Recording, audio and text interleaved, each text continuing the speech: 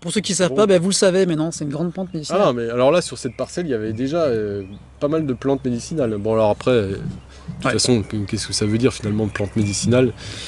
C'est une bonne question. Bah tiens, voilà. Ah bah, pourquoi on appelle ça une plante médicinale? Tu me la poses? Oui, je te la pose tout de suite. C'est nous, en fait. C'est l'être humain qui va caractériser une plante médicinale, en fait. Mais en fait, il y a plein d'autres plantes qui ont sûrement des propriétés médicinales, qui vont avoir des propriétés bénéfiques pour le corps, qu'on ne connaît pas encore, en fait. Donc il y a plein de plantes qui sont dites médicinales qu'on ne connaît pas. Et voilà. L'action médicinale, c'est nous, en fait, en tant qu'individu, en tant qu'être humain qui a la définition. Mais pour reprendre un petit peu l'approche l'école des plantes, il n'y a pas de plantes médicinales, il y a avant tout des êtres vivants, quoi. Il y a avant tout des plantes, en fait, qui vivent, qui vivent autour de nous, qui se reproduisent, qui se défendent, en fait. La plante, c'est toute une vie d'adaptation par rapport à son milieu, vu qu'elle peut pas trop, elle peut pas bouger, donc elle est obligée de synthétiser plein de molécules différentes. Ouais, c'est ça, c'est une usine chimique. C'est une usine chimique, donc médicinale, en fait, c'est nous qui l'appelons médicinale. Mais bon, voilà. Ben oui, mais c'est les usages, voilà, c'est l'observation des usages. Voilà, historiquement, voilà, tiens, il y avait des plantes qui nous entouraient. Et puis on se disait, tiens, on va prendre ça, on va essayer ici. Tiens, j'ai observé que la température baissait, ou le côté anti-inflammatoire de. Enfin bon, et du coup, c'est des observations, et du coup, ça avance. Alors ça pourrait être intéressant, peut-être qu'on fasse une vidéo sur ça, c'est se parler un petit peu de l'historique des connaissances des plantes et se demander comment, en fait, nos anciens sont arrivés à certaines conclusions avec les propriétés des plantes, qui nous paraissent évidente à nous, mais bon. Oui. Et alors après, aussi, il y aurait tellement de choses à dire sur la quantité de. Je donne des thèmes, quoi. Puis on verra. C'est super, Patrick. On est parti pour 2 heures de vidéo. C'est ça. Ouais. Et une vidéo aussi, peut-être, pourquoi pas, sur la botanique. Présenter un petit peu les bases de la botanique. Ouais, voilà un peu le parcours. Donc pour finir sur mon projet, donc je sais pas si tu veux. Ouais. Vas-y. Donc effectivement, moi l'idée, effectivement, et ça aussi, c'est un peu original, on va dire. Je crois pas qu'il y ait quelqu'un qui fasse. À ce point-là, en fait, dans cette filière de plantes médicinales aromatiques, finalement, moi j'ai identifié trois grands domaines, on va dire. Ouais. Tu as le producteur, finalement, à la base. Voilà, effectivement, lui, il va produire des plantes, il va les cueillir, les produire et les vendre. Ouais. Tu as l'herboriste, qu'on le veuille ou non, et qu'on l'appelle avec des guillemets comme tu veux, ou le pharmacien, en tout cas celui qui va finalement conseiller et vendre des plantes. Ouais. Donc souvent lui il a une boutique généralement plutôt dans les anciens centres de villes, de villages.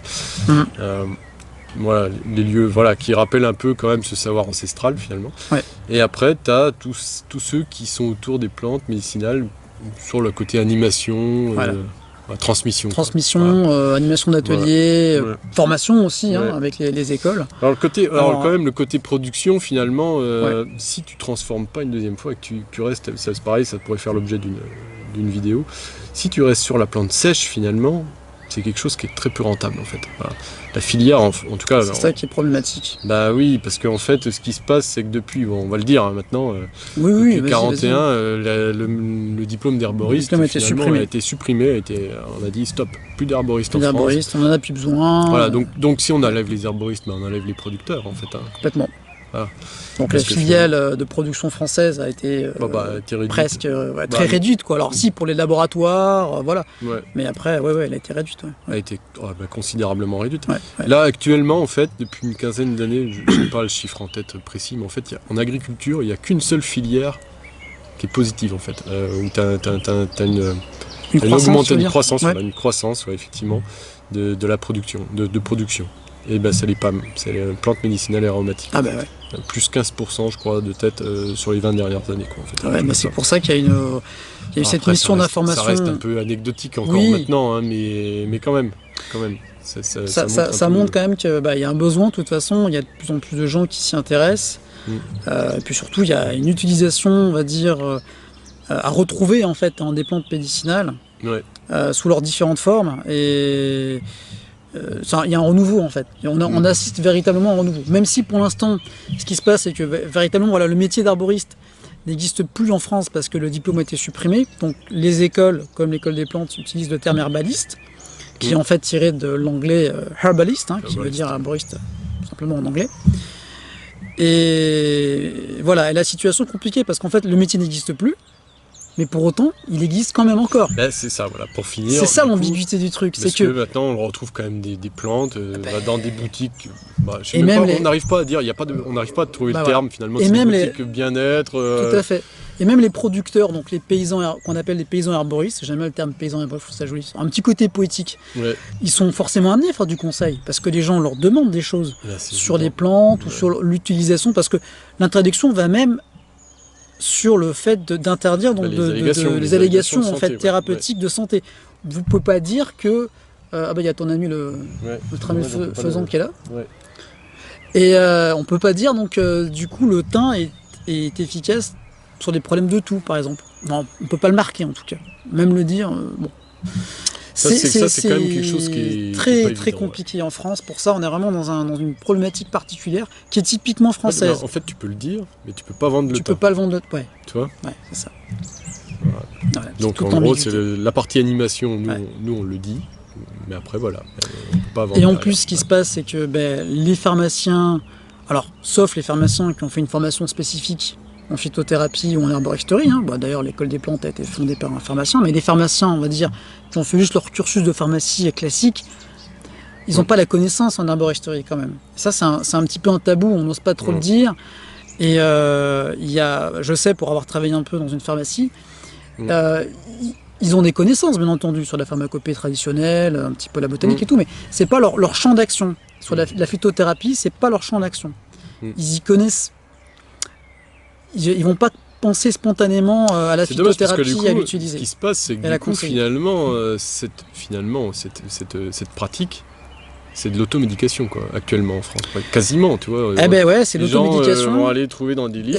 La littérature, on peut pas dire qu'elle soit pas abondante. Non, mais elle est de différentes qualités après. Bien sûr. Parce que le problème, c'est que c'est que du coup, les gens disent, les autorités disent oui, mais les gens, on va éviter que les gens fassent n'importe quoi. Mais on n'officialise pas. C'est ce qui s'est passé à la mission d'information du Sénat, en fait, dans les discours. On n'officialise pas un métier, donc une personne référente, qui pourra, du coup, comme tu dis, prendre la responsabilité, mais dire, dans votre situation, vous pouvez utiliser telle plante, de telle façon, il n'y aura pas de souci. Pour l'instant, en France, il n'y a pas ça. Donc, comme tu dis, il y a une espèce de flou complet, et les gens font de l'automédication, et bon, il n'y a pas de grosses problématiques, mais du coup, je pense qu'il peut y avoir des interactions un peu difficiles avec le milieu médical et pharmaceutique, parce qu'ils vont se dire, mais pourquoi vous prenez telle plante, ou est-ce que vous avez vu ça et tout. Or, s'il y avait vraiment un corps de métier, une officialisation du métier en tant que tel, en lien avec le milieu pharmaceutique et médical, il y aurait beaucoup moins de soucis. D'ailleurs, dans tous les pays où c'est le cas, en Belgique, au Québec, en fait, globalement en Europe, il n'y a pas de problème. Il n'y a pas de problème. Non. Comme je crois que c'était la présidente de la Guilde des arboristes au Québec, qui disait dans son information au Sénat que pour l'instant ils cherchent les cadavres, quoi. Non, mais l'air de dire que voilà. De toute façon, il n'y a pas trop de. Enfin là, on n'est pas sur du médicament non plus. Enfin, je veux dire, moi je mets des guillemets, mais voilà, c'est. Avec les plantes, la dose réponse, sauf les plantes toxiques, mais on n'est pas sur du médicament. Voilà. Oui, mais la phytothérapie, pour moi, c'est pas les plantes toxiques, quoi. Tu vois. Bien sûr, parce que on utilise des plantes qui ont pas d'effet secondaire, ou s'il y a sont vraiment très faibles. La dose, et surtout, la façon de les utiliser, donc en infusion ou les extraits, on va dire, classiques, il fait qu'il n'y a pas de problématique, en fait. En soi, voilà. Mais il faut savoir quand même bien les utiliser. Tout ça pour finir sur mon projet, parce qu'on en était là. Et l'idée, maintenant qu'on a un peu décrit l'ensemble de la filière, finalement, le producteur, l'animateur, et finalement la boutique conseil, et du coup, moi l'idée c'était aussi de faire les trois. De faire les trois. Voilà. C'est une excellente idée. Je pense qu'effectivement c'est. Alors je sais pas si ça sera possible, mais voilà, c'est un peu l'idée. Il faut le dire. Ma manière. Non, mais voilà, et c'est pareil. Moi, les boutiques bien-être, comme on les voit actuellement, je trouve que on est loin quand même de la plante, quoi. Souvent, il y a beaucoup de compléments alimentaires, parce que aussi, il faut pas se leurrer, c'est ça qui. Beaucoup de compléments alimentaires. Je le sais parce qu'en naturopathie, c'est ce qu'on voit. La rentabilité n'est pas la même. Mais c'est vrai que on peut du coup être coupé un petit peu du sol. Tu veux dire, ça, des plantes en tant que telles, quoi. Non.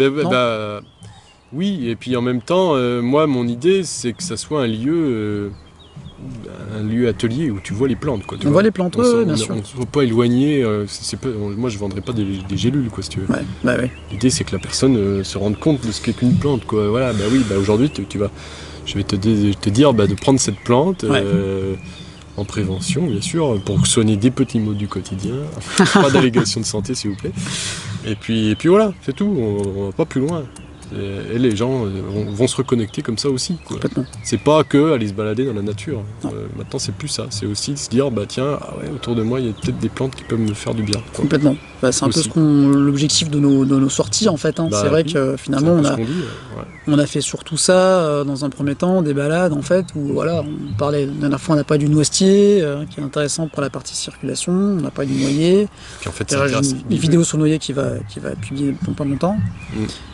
Et oui, pardon. Non, mais je me rends compte que là, tu vois, avec mon début d'activité, en tout cas de production, que tu peux parler de plantes, pas rien que dans le domaine de la santé, quoi. C'est incroyable. Les plantes, on les utilise tout le temps, partout. Ouais. De toute façon. Tu vas chez hier, incroyable. Ouais. Ma voisine vient à la maison, elle me dit, tiens, Benoît, j'étais chez le coiffeur aujourd'hui. Eh ben, elle est hyper intéressée par ton projet. Ah ouais. Non, mais parce que la coiffeuse donne à ses je sais pas comment on dit, à ses clients, une tisane, un thé, un café. Et du coup, si c'est une tisane en plus faite par un producteur qui habite à 5 km. C'est ça. Tu vois, comme disait un botaniste, je sais plus comment il s'appelle, mais on a besoin des plantes, plus que jamais en fait. Et de toute façon, c'est des plantes qui sont au centre de notre vie, parce que c'est elles qui nous nourrissent. Grâce à elles, on a de l'oxygène. Et c'est elles aussi qui nous soignent. Que ce soit des gélules ou pas, en fait, il y a toujours quand même derrière.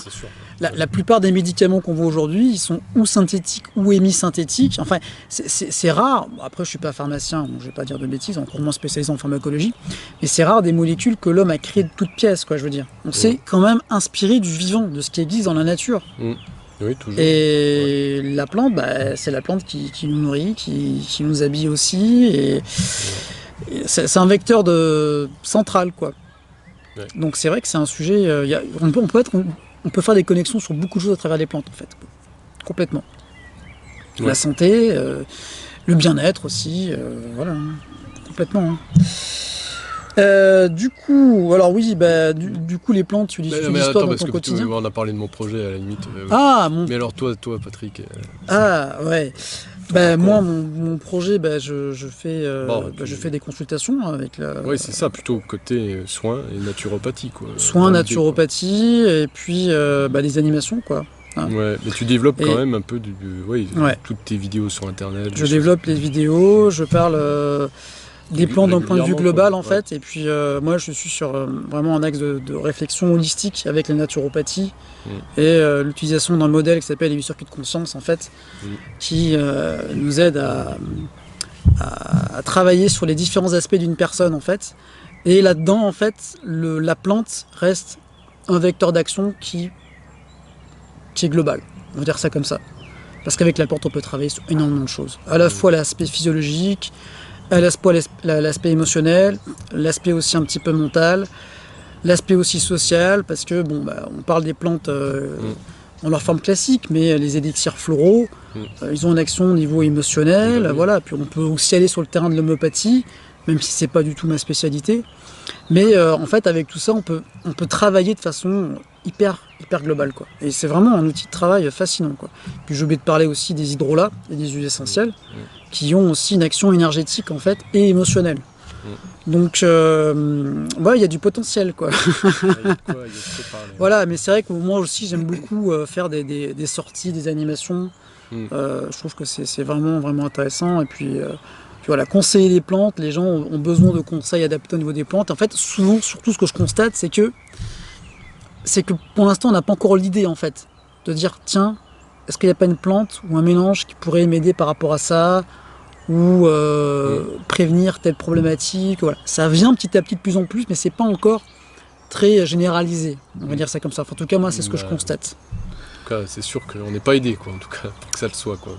On n'est pas trop aidé parce qu'il y a aussi beaucoup de freins par rapport à ça, de défiance, de comparaison par rapport aux médicaments. Parce que ce qui est incroyable, c'est qu'on... l'État, on peut parler, c'est l'État, finalement, a cette défiance je sais pas quel est leur argument, mais un des arguments, ça serait de dire, ça c'est la médecine du passé. Maintenant, c'est fini. En fait, c'est pas la médecine du passé. C'est que ce qu'on oublie, c'est qu'en fait, la plupart des... c'est notre patrimoine. C'est notre patrimoine, puis même maintenant, au niveau de l'utilisation des plantes, au niveau mondial, la plupart des peuples dans le monde se soignent encore avec des plantes, en fait. C'est ça qu'on oublie. Généralement, on dit 80%. 80%. À base de remèdes naturels, 80% de la population mondiale. Si ça fonctionnait pas, bon... c'est peut-être pas là pour en parler. Enfin, je veux dire, non, on peut rentrer dans la polémique. Ça paraît tellement évident, en fait. Ça paraît évident. Voilà. On s'alimente à base de plantes. D'ailleurs, je pense qu'on pourrait manger que des plantes. Enfin, je veux dire que des végétaux. C'est à peu près. C'est ce que disent les véganes. Et dans un sens, c'est vrai. Le végétal pourrait être notre aliment, en tout cas devrait être notre aliment principal. Central, voilà. Central. Oui, non mais ça voilà, ça c'est ça. Ça, on va pas rentrer sur le débat sur les produits laitiers, la viande ou le poisson, parce que bon. Mais c'est vrai que ça devrait être notre aliment central pour le végétal. C'est que des alicaments, c'est ça. C'est que des alicaments dans un sens, c'est vrai. Ouais. Donc du coup, on en vient un petit peu. Après, on va conclure. Ça, mais on va un petit peu. Du coup, toi, les plantes, tu utilises un petit peu au quotidien. Oui. Tu te fais des infusions avec les plantes que tu as ici ou forcément, moi, donc, du coup, effectivement, j'ai déjà pas mal de plantes que j'ai cueillies, que je commence à produire, mais il n'y en a pas beaucoup en production pour l'instant. Mais effectivement, j'utilise quand même. Effectivement, je les vois, je les ai à la maison. Donc forcément, je les utilise pas mal. Et tu as senti, toi, des changements, en fait, quand tu as commencé à utiliser des plantes en infusion, sur ta santé, sur ton état général, sur...